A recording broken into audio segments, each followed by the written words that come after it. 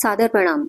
मैं नीरजा चौधरी। हम पढ़ रहे थे उत्तराखंड के इतिहास को और इसी क्रम में हम आज पढ़ने वाले हैं आधुनिक काल के अंतर्गत गोरखा शासन को और अंग्रेजों से संबंधित कुछ महत्वपूर्ण तथ्यों को, क्योंकि जो इतिहास हम पढ़ रहे हैं वो हम कंटिन्यूटी के साथ साथ और इम्पोर्टेंट फैक्ट्स को साथ में लेते हुए और एग्जाम को ध्यान में रखते हुए कर रहे हैं।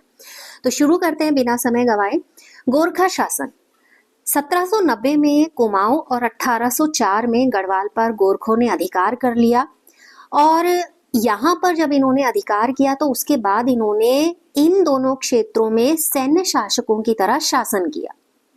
नेपाल राजा है रण बहादुर शाह। रण बहादुर शाह के प्रतिनिधि के रूप में यहाँ पर सूबा या सूबेदार प्रशासन करता था। कुमाऊं का जो पहला सूबा था वो था जोगमल शाह। कुछ जगह इसका नाम जोगामल शाह भी लिखा हुआ है, तो कंफ्यूज मत होइएगा। अगली बात, गोरखों का कुमाऊं पर लगभग 25 वर्ष तक शासन रहा और जबकि गढ़वाल पर 10.5 वर्ष यानी कि 10.5 सालों तक शासन रहा। और गोरखों ने जो इन क्षेत्रों पर यानी कुमाऊं और गढ़वाल पर जो शासन किया वो बहुत ही अन्याय और अत्याचार पूर्ण शासन रहा। इसके बाद कई बार जो प्रश्न यहाँ पर पूछे गए हैं उसकी बात कर लेते हैं। प्रश्न पूछा जाता है कि गोरखों ने कुमाऊं पर कितने वर्ष शासन किया, तो 25 वर्ष गोरखों ने कुमाऊं पर शासन किया था और गढ़वाल पर 10.5 वर्ष तक इन्होंने शासन किया था। गोरखों का चूंकि शासन बहुत ज्यादा अन्यायपूर्ण था, अत्याचारपूर्ण था, तो इसलिए इनके इस अत्याचारी शासन को यहाँ की लोक भाषा में गोरख्याली कहा जाता है। प्रश्न आता है कि गोरख्याली क्या है, तो गोरखों के अन्यायपूर्ण और अत्याचारपूर्ण जो शासन रहा वो लोक भाषा में गोरख्याली कहा जाता है। कुमाऊं में गोरखों द्वारा पहला भूमि बंदोबस्त जोगमल शाह के नेतृत्व में ही हुआ था, क्योंकि पहला सूबा वही था या सूबेदार इस क्षेत्र का वही था। तो जोगमल शाह के नेतृत्व में 1791-92 में पहला भूमि बंदोबस्त यहाँ पर गोरखों के द्वारा कराया गया था। फिर 1804 आता है। 1804 में सुदर्शन शाह के आमंत्रण पर 1814 में अंग्रेजी सेना यहाँ पर आती है, क्योंकि सुदर्शन शाह गोरखों के इस अत्याचारपूर्ण शासन से मुक्ति के लिए लगातार हरिद्वार में रहकर प्रयासरत रहा। ऐसा हमने पिछले वीडियो में पढ़ा भी था। तो सुदर्शन शाह ने गोरखों से मुक्ति के लिए अंग्रेजों से सहायता मांगी और अक्टूबर 1814 में अंग्रेजी सेना यहाँ पर आई और गोरखों को उन्होंने पराजित कर लिया और 1815 में गढ़वाल गोरखों से मुक्त हो गया, यानी कि यहाँ पर अब गढ़वाल फ्री हो गया है, गोरखों का शासन समाप्त हो गया। यहाँ पर 2-3 प्रश्न बनते हैं। अंग्रेजी सेना कब आई? 1814 में आई। और कब गढ़वाल गोरखों के शासन से मुक्त हुआ? तो ये शुरुआती वर्ष था, मतलब शुरुआती महीने थे 1815 के, जब यहाँ पर अंग्रेजों ने गोरखों को पराजित कर दिया था। फिर देहरादून पर गोरखा आधिपत्य के समय हरसेवक दास गुरु राम राय दरबार के महंत थे। अप्रैल 1815 में कर्नल निकोलस और कर्नल गार्डनर ने अल्मोड़ा को और 15 मई 1815 को यहाँ पर जनरल ऑक्टर लोनी ने मलाव के किला किनसे जीत लिया था? गोरखों से जीत लिया था। और मई 1815 तक कुमाऊं को भी यहाँ पर गोरखों के शासन से मुक्त करा लिया गया था। तो ध्यान में रखेंगे, अप्रैल 1815 में निकोलस और गार्डनर ने अल्मोड़ा को, फिर यहाँ पर मई 1815 में कुमाऊं को भी इनसे क्या कर लिया गया था? फ्री करा लिया गया था। यहाँ दोनों जगहों पर अब गोरखों का शासन समाप्त हो गया था। अब 2 सितंबर 1815 की बात होती है। अंग्रेजों की और गोरखों के बीच में एक संधि होती है, जो कि कहाँ होती है? सिंगौली में होती है। इंपॉर्टेंट है ये, जो कि संधि कहाँ पर होती है? सिंगौली में होती है। अब ये जो सिंगौली में संधि हुई है, ये सिंगौली में संधि कहाँ पर है? चंपारण में हुई है। चंपारण यानी बिहार में। गोरखों और अंग्रेजों के बीच संधि बहुत महत्वपूर्ण, तिथि पूछी जाती है, स्थान पूछा जाता है, नहीं तो संधि का नाम रख दिया होगा और उसमें ये पूछा जाएगा कि ये संधि किन के बीच हुई थी। तो ये संधि आपको तब वहां आइडेंटिफाई करना पड़ेगा कि गोरखों और अंग्रेजों के बीच में हुई थी। गोरखों द्वारा संधि ना मानने पर, क्योंकि संधि तो गोरखों ने की, लेकिन उसके बाद उन्होंने उस संधि की जो शर्तें थी उन्हें मानने से मना कर दिया।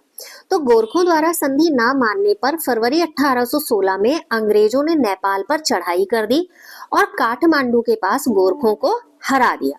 अब जब हार गए हैं तो गोरखों के पास कोई ऑप्शन तो बचा ही नहीं, तो उन्होंने 4 मार्च 1816 को संधि स्वीकार कर ली है।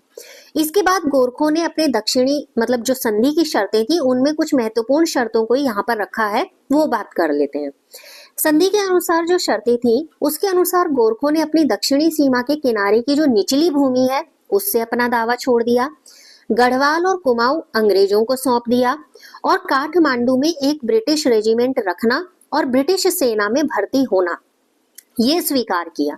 तो चारों बातें याद रखेंगे, दक्षिणी सीमा के किनारे की जो निचली भूमि है वहां से दावा छोड़ चुके हैं और गढ़वाल कुमाऊं अंग्रेजों को सौंप दिया है, ब्रिटिश रेजिमेंट रखना और ब्रिटिश सेना में भर्ती होना, ये उन्होंने यहाँ पर इन बिंदुओं पर सहमति दिखाई संधि की जो शर्तें थी। फिर 1804 के खुड़बुड़ा का युद्ध होता है। खुड़बुड़ा के युद्ध के बाद कुमाऊं और गढ़वाल का प्रशासन किसके हाथ में आ जाता है? अमर सिंह थापा और रणजोर थापा के हाथ में आ जाता है, क्योंकि खुड़बुड़ा का जो युद्ध हुआ निर्णायक युद्ध रहा और प्रद्युम्न शाह की मृत्यु हो गई और उसके बाद यहाँ पर अमर सिंह थापा और रणजोर थापा जो है उन्होंने दोनों क्षेत्रों के प्रशासन को अपने अपने हाथ में ले लिया। अमर सिंह थापा ने कुमाऊं का और गढ़वाल का रणजोर थापा ने।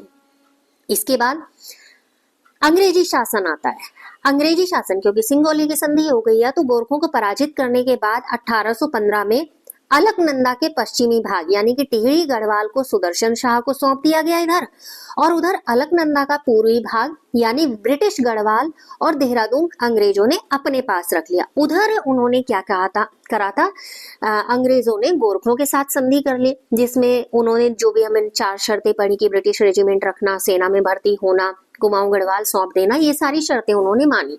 अब इधर क्या हुआ, सुदर्शन शाह ने तो अंग्रेजों को बुलाया था।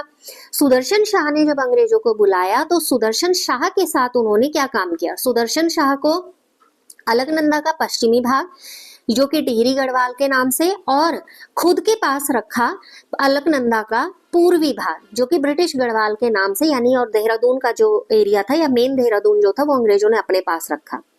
ब्रिटिश गढ़वाल क्षेत्र को कुमाऊं कमिश्नरी में सम्मिलित करके एक गैर विनियमित क्षेत्र यानी कि नॉन रेगुलेशन प्रांत के रूप में शासित करने के लिए कमिश्नर के ये अधीन कर दिया।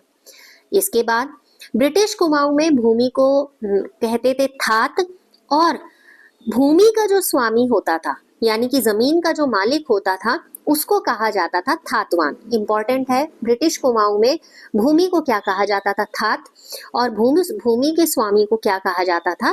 थातवान। सिरती भूमि के मालिक को वार्षिक कर दिया करते थे। तो ये कुछ इंपॉर्टेंट तथ्य केवल किससे संबंधित? गोरखों से संबंधित और अंग्रेजों से संबंधित। तो केवल छोटा सा सेक्शन यहाँ पर लिया। इसके बाद जो हम बात करने वाले हैं यानी कि जो अगले वीडियो में हम पढ़ेंगे, अगले वीडियो में हम इससे आगे के क्रम को पढ़ेंगे और हम स्वतंत्रता आंदोलन और उत्तराखंड के कुछ आंदोलनों के बारे में पढ़ेंगे। तो आप सभी से अपेक्षा है आप साथ बने रहिएगा, अगले वीडियो में जल्दी मिलेंगे। आप सभी का लगातार साथ बने रहने के लिए और इतना स्नेह दर्शाने के लिए बहुत बहुत धन्यवाद।